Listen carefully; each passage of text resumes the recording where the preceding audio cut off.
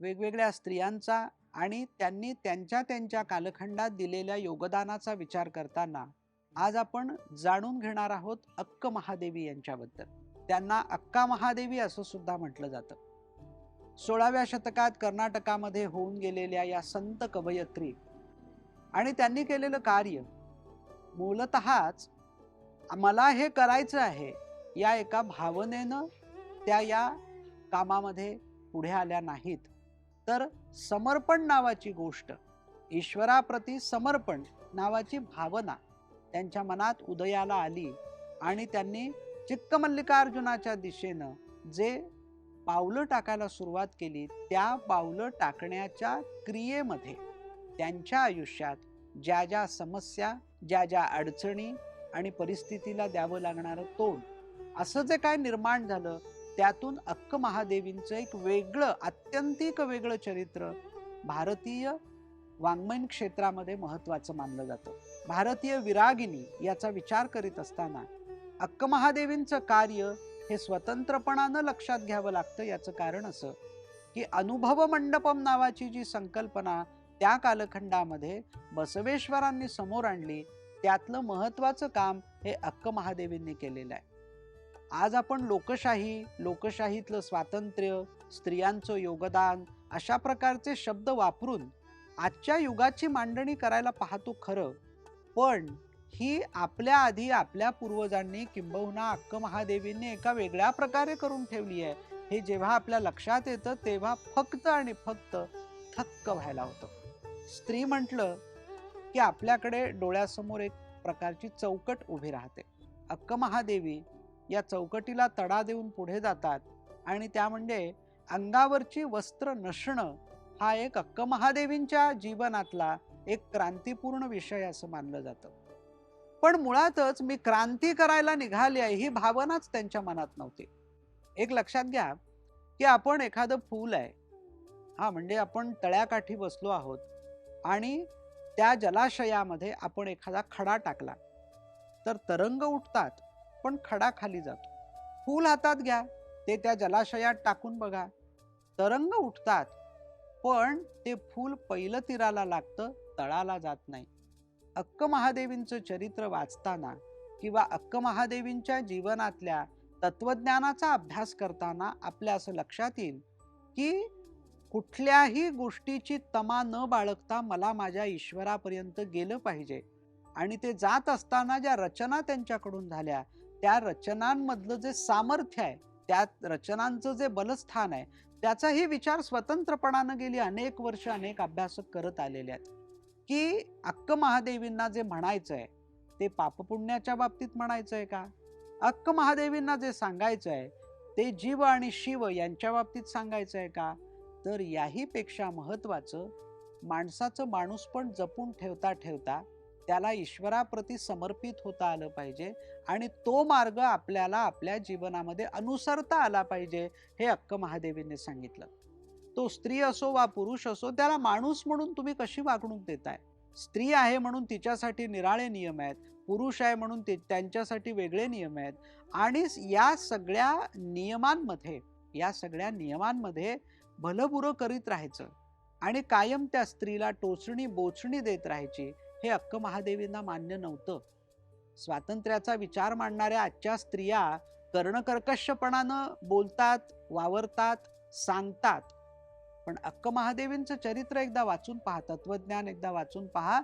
मला जे सांगायचंय ते माझ्या कृतीतून आणि अत्यंत निश्चयीपणानं मी सांगू शकते, हा विचार त्यांनी आपल्या कामातून पुढे आणला.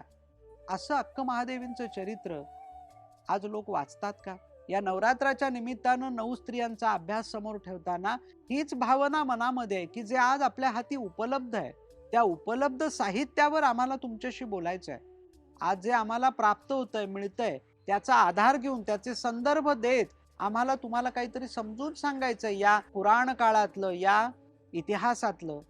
पण ते समजून सांगताना भाव, भक्ती, उपासना, समर्पण या सगळ्या शब्दांचे अर्थ आजही आपण आपल्या आयुष्यात आणू शकतो, हेही आम्हाला तुम्हाला सांगायचं आहे.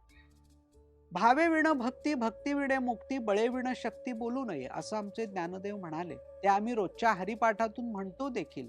पण भावे विण भक्ती हे आमच्या आयुष्यात आणायचं झालं तर आम्ही काय कृती करतो? नवरात्राच्या संदर्भात आणि या 9 स्त्रियांच्या संदर्भात त्याचा विचार करताना आम्हाला माहीत असलेल्या आणि माहीत नसलेल्या परंतु ग्रंथात असलेल्या ज्या काही ओव्या रचना आहेत त्यांनी आमचं जीवन भरून जावं आणि एक आदर्श वाटचाल आम्हाला करता यावी, यासाठी खरं तर अक्क महादेवींच्या जीवनाचा अभ्यास झाला पाहिजे. त्यांच्या अवतीभोवती ज्या स्त्रियांचं म्हणजे कालखंड बदलले असतील, पण ज्या स्त्रियांचं योगदान आहे आणि जे मंडल आहे त्याचाही अभ्यास करायला हवा.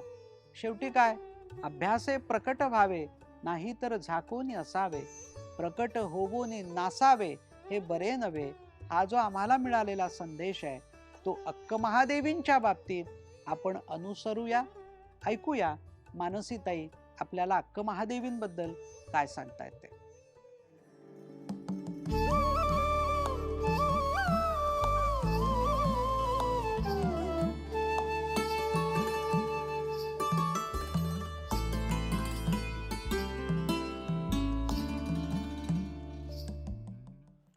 नमस्कार मंडळी. आज चतुर्थीचा दिवस.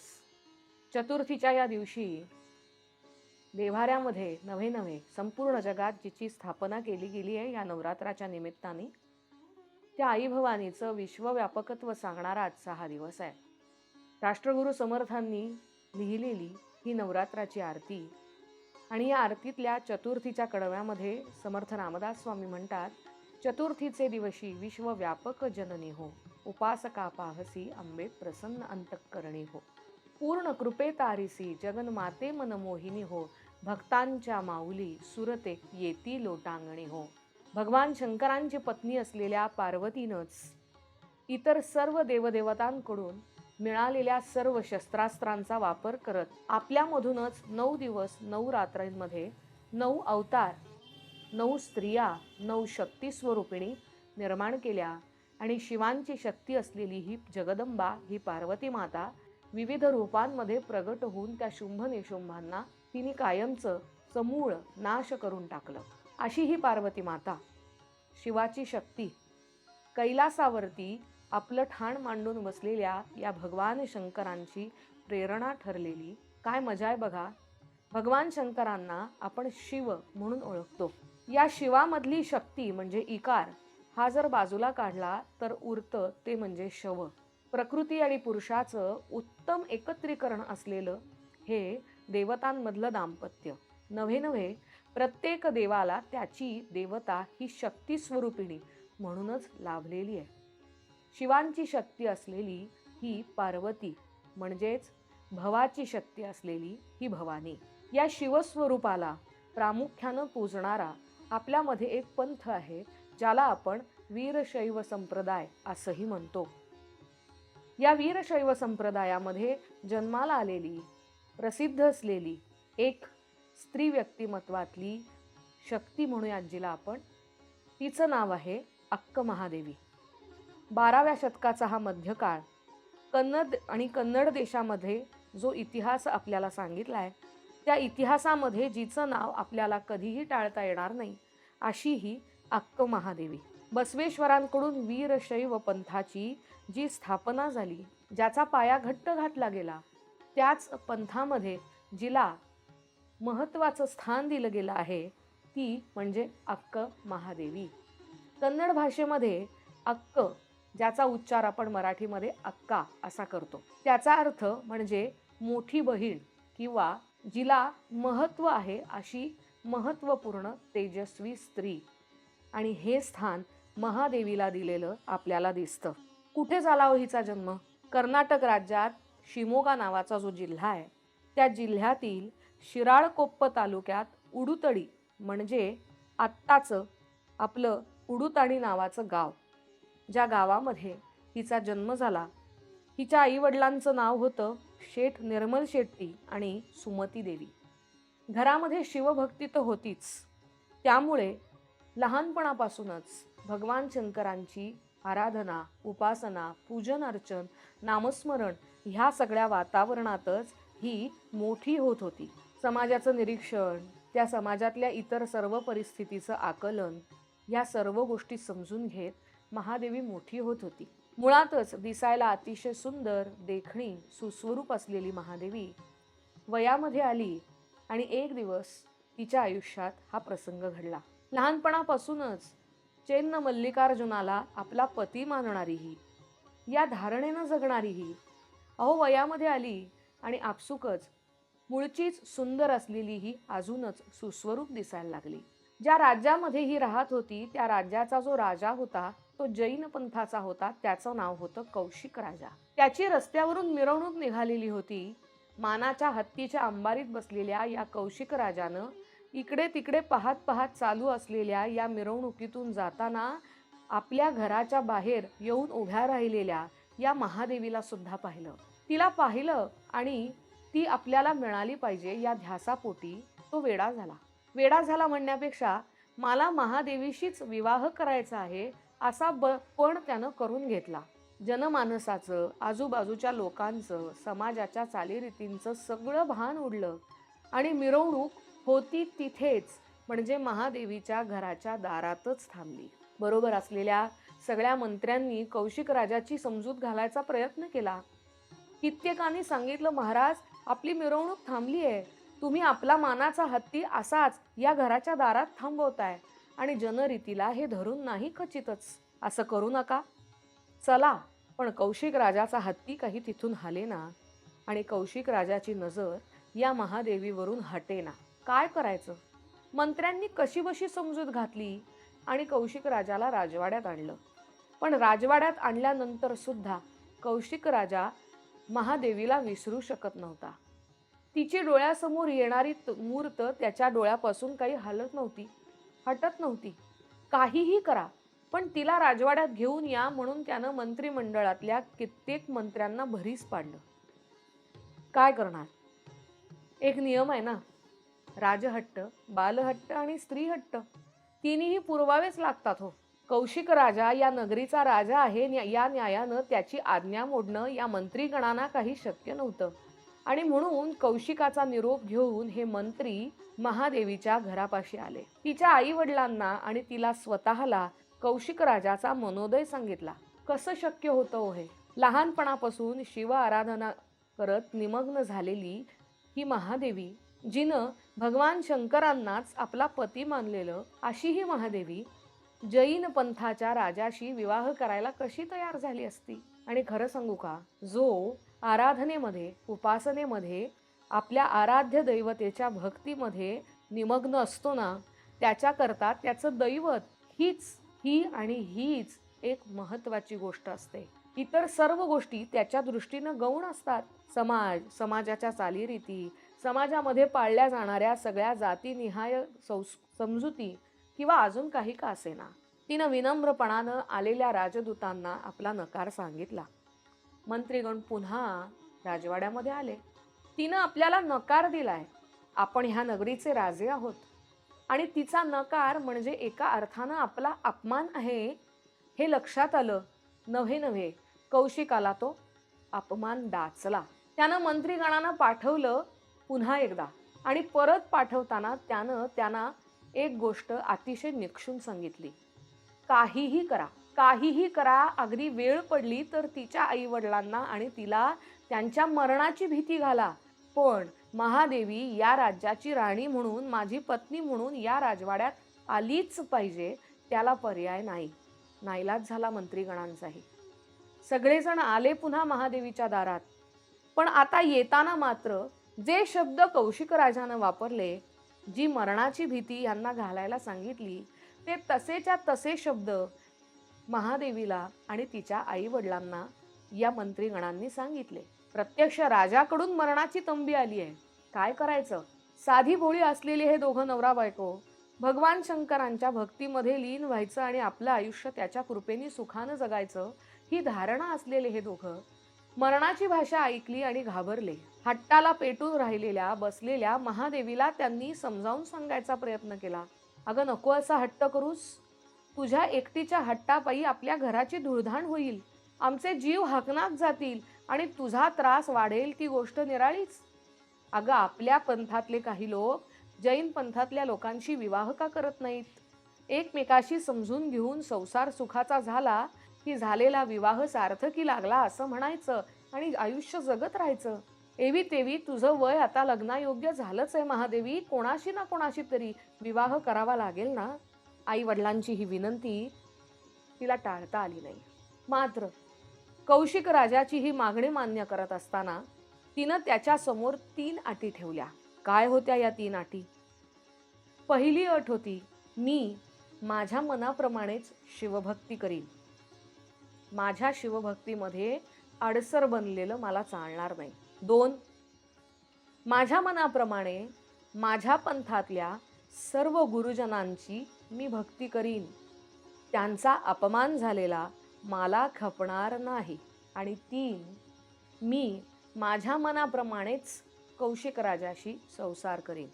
मंत्र्यांच्या दृष्टीनं तिनं लग्नाला होकार भरलाय हीच गोष्ट फार महत्त्वाची होती, कारण राजाच्या मनाचं सारं काही आता पूर्ण होणार होतं. राजाची तंबी, मागे लागलेला ससेमिरा आता संपणार होता.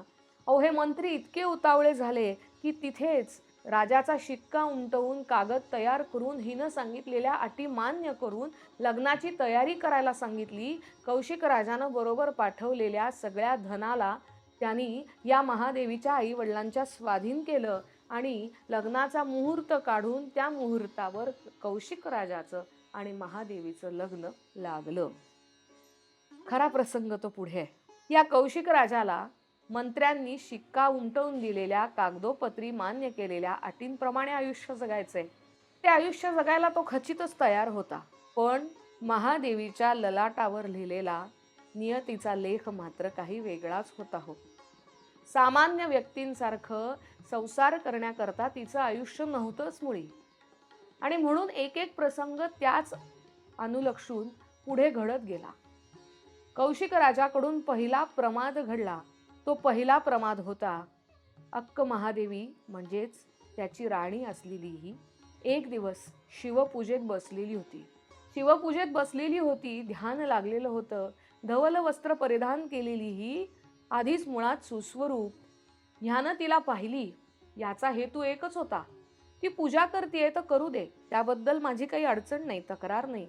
पण एका बाजूला उभं राहून मी तिच्याकडे पाहू तर शकतो, तिचं सौंदर्य नेत्रात साठवून तो घेऊ शकतो, असा विचार करून हा तिथंच उभा राहिला. पण पाहता पाहता तिच्या रूपाची त्याला इतकी मोहिनी पडली की ती ध्यानमग्न होऊन या शिवाची आराधना करतीये ह्याचाच त्याला विसर पडला आणि त्यानं जाऊन तिच्या भोवती आपला करपाश आवळला.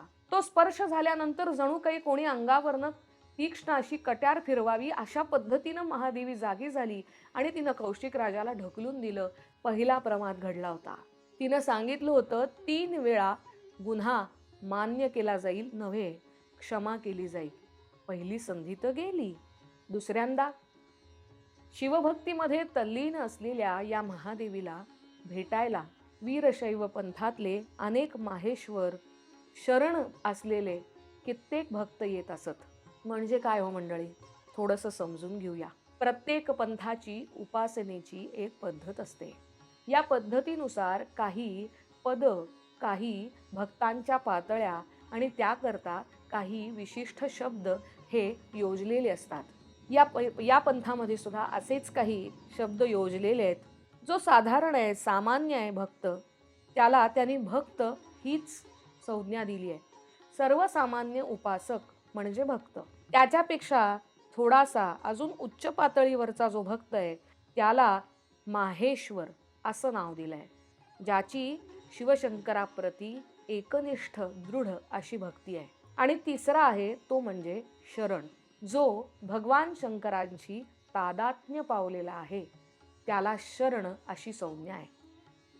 आता आपल्या लक्षात येईल, कौशिक राजाची राणी असलेल्या या महादेवीला भेटायला येणारे असे भक्त, माहेश्वर, शरण पदावर असलेले कित्येक योगी सतत राजवाड्यामध्ये येत असत.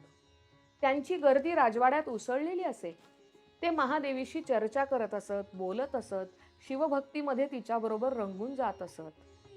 असेच काही माहेश्वर एक दिवस राजवाड्यात आले. अर्थात राजवाड्यामध्ये असलेल्या इतर सर्व शिपायांना, सर्व दासदासींना असे माहेश्वर येतात ह्याची एव्हाना सवय झालेली होती. राजा कौशिकाला सुद्धा हे ठाऊक होतं. पण ज्या वेळेला हे लोक राजवाड्यात आले त्याच वेळेला काही काळापुरता विश्राम करत असलेली महादेवी, तिला गाढ निद्रा लागली होती आणि कौशिकानं आलेल्या या माहेश्वरांचा अपमान करून त्यांना राजवाड्यातून घालवून दिलं. कसला आरडाओरडा आहे, कसला गोंधळ आहे म्हणून झोपेतून जागी झालेल्या महादेवीच्या लक्षात आलं की आपला पती असलेल्या कौशिकानं आपल्या कित्येक माहेश्वरांना म्हणजे दृढ भक्ती उपासना करणाऱ्या उपासकांना आपल्या वाड्यातून हकलून दिलाय. हा घडला होता दुसरा प्रमाद. तिनं तोही क्षमा केला आणि तिसरी वेळ लवकरच आली. कौशिक राजाबरोबर एकांतात असलेल्या या महादेवीला दासीनं येऊन सांगितलं की शैव पंथातले अतिशय अधिकारी असे एक व्यक्ती राणीसाहेब तुम्हाला भेटायला आलेत. अंगावरती धड वस्त्रही परिधान केलेली नव्हती. होतं ते सारं अंगाभोवती तिनं गुंडाळलं आणि धावत धावत त्यांच्या दर्शनाला निघाली. कौशिकाला हे बरोबर वाटलं नाही. त्याला क्षणभर तिचा रागही आला आणि त्या संतापापोटी त्यानं तिच्या अंगावर असलेलं वस्त्र हातानं काढून टाकलं. म्हणाला, जा, काय करायचंय तुला हे वस्त्र तरी? नाहीतरी त्या शंकराच्या भक्तीत वेडीच झाली आहेस तू. आणि तिथून महादेवीच्या वेगळ्या प्रवासाला सुरुवात झाली. अंगावरचं वस्त्र पती असलेल्या कौशिकानंच ओढून काढलं आणि तिचा अपमान केला. हा घडला होता तिसरा प्रमाद. या तिसऱ्या प्रमादानंतर मात्र तिनं कौशिकाचा राजवाडा सोडला. लोकांनी तिला नावं ठेवली, तिला वाईट म्हटलं. कित्येकांनी तिच्या ह्या अशा पद्धतीनं विवस्त्र राहून फिरण्याला चेष्टेचं सुद्धा स्वरूप दिलं. एक प्रसंग आहे ह्या चरित्रात येणारा. खरं सांगू का, ऐकताना हे थोडंसं विचित्र वाटेल, पण त्याच्या पाठीमागचा हेतू लक्षात घेतला तर तिच्या मनाची किंवा तिच्या विचारांची दिशा कोणत्या पातळीवर चालली होती हे लक्षात येईल. रस्त्यानं अशीच फिरत होती हो, आणि तिला अशा विवस्त्र अवस्थेत पाहिल्यानंतर एक उंची कापड विकणारा एक दुकानदार होता. त्यानं आपल्याकडचं अतिशय सुंदर असं धवल वस्त्र तिला दिलं. कारण ती शिवभक्त आहे हे त्याला ठाऊक आहे. ते धवल वस्त्र तिनं घेतलं पण अंगावर परिधान केलं नाही. तिनं त्या धवल वस्त्राचे आपल्या हाताने 2 तुकडे केले त्या दुकानदारासमोरच. त्याला क्षणभर वाईट वाटलं, पण एकंदर तिची उन्माद अवस्था, तिचं वेडगळपण त्याला माहिती होतं म्हणून की काय तो काही बोलला नाही. ती तशीच निघाली. एका हातात वस्त्राचा एक भाग, दुसऱ्या हातात दुसरा भाग. रस्त्यानं येणाऱ्या जाणाऱ्या माणसांनी तिला अपशब्द बोलला की ती एक गाठ मारी. कोणी तिच्याकडे विचित्र नजरेनं पाहिलं की ती दुसरी गाठ मारी. कोणी तिची चेष्टा केली की ती तिसरी गाठ मारी. असं करत करत करत फिरत फिरत फिरत फिरत दिवसभर एका वस्त्राला आता गाठी मारायला जागाच शिल्लक राहिली नाही आणि एक वस्त्र तसंच्या तसं राहिलं, नवं कोरं. ती पुन्हा त्याच दुकानासमोर आली आणि त्या दुकानातल्या दुकानदाराला तिनं हे वस्त्राचे 2 भाग दाखवले. तो म्हणाला, महादेवी, मी अतिशय चांगल्या भावनेनं तुम्हाला इतकं सुंदर वस्त्र परिधान करायला दिलं, तुम्ही काय केलं ह्याचं? तेव्हा ती सांगते, अरे, भगवंतानं आपल्याला आकाश नावाचं वस्त्र आणि जमीन नावाची, धरणी नावाची आसनं दिलेली आहेत. अवधूत अवस्थेत फिरत असताना या नाही त्या वस्त्राची गरज काय? हे बघ, तू दिलेल्या वस्त्राची ही अवस्था. एक बाजू गाठींनी पूर्ण भरलेली आहे आणि एक वस्त्र तसंच्या तसं आहे. तुला खरं सांगू का, मी माझ्या उपासनेच्या ज्या मार्गावर पुढे चाललीये ना, तिथे आता माझी अवस्था या वस्त्र प्रावरणात अडकण्या इतकी राहिलीच नाहीये. मी आता विदेह अवस्थेकडे चालली आहे, कारण मला माहिती आहे की माझ्या या देहाच्या भोवती माझं आराध्य असलेल्या मल्लिकार्जुनाच्या दृष्टीचं कवच आहे. नको मला तुझी ही वस्त्र. मंडळी, अशीच कथा ज्ञानेश्वरांची धाकटी बहीण असलेल्या मुक्ताईच्याही चरित्रात येते. स्नानाकरता नदीच्या तीरावर एकवस्त्र अवस्थेत बसलेल्या मुक्ताईला बघून चांगदेव 4 पावलं मागे होतात आणि निघून जायला लागतात.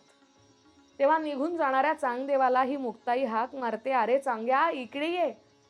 काही दिवसापूर्वीच माझ्याकडून अनुग्रह घेतलास आणि विश्वात्मक असलेल्या परमेश्वरात एकरूप होण्याचा मार्ग तुला मी दिला, तरी सुद्धा तुझ्या मनातले हे भेद नाहीसे होतच नाहीत का रे? या देहामध्ये वसणारा आत्मा हा एकच आहे, देह जरी वेगवेगळे असले तरी. आता देहाच्या पलीकडे जाऊन त्या परमात्म्याला शोधायला हवं, म्हणून तर हा मार्ग तुला दिलाय हे विसरतोस कसा? अहो, हीच अवस्था या महादेवीची होती.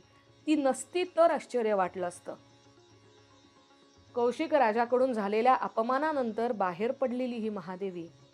चरित्रात असाही उल्लेख सापडतो की या महादेवीला मिळवण्याकरता जैन धर्मी असलेल्या कौशिक राजानं वीरशैव पंथाची दीक्षा घेतली खरी, तो कित्येक माहेश्वरांना भेटला देखील आणि या महादेवीनं आपल्या राजवाड्यात परत यावं म्हणून त्यांना गळही घातली. काही माहेश्वर मंडळी या अक्क महादेवीची समजूत घालायला गेले असताना पाहिलं तर ही भगवान शंकरांचं ध्यान करत त्यांच्याशी एकरूप झालेली होती, ध्यानमग्न होती. आणि हे पाहिल्यावर जुन्या जाणत्या माहेश्वरानं कौशिक राजाला सांगितलं, राजा, महादेवीनं पुन्हा तुझ्या प्रपंचात अडकावं अशी वेळ आता केव्हाच निघून गेली आहे. ती तिच्या मार्गानं पुढं चालली आहे, तिला अडवू नकोस.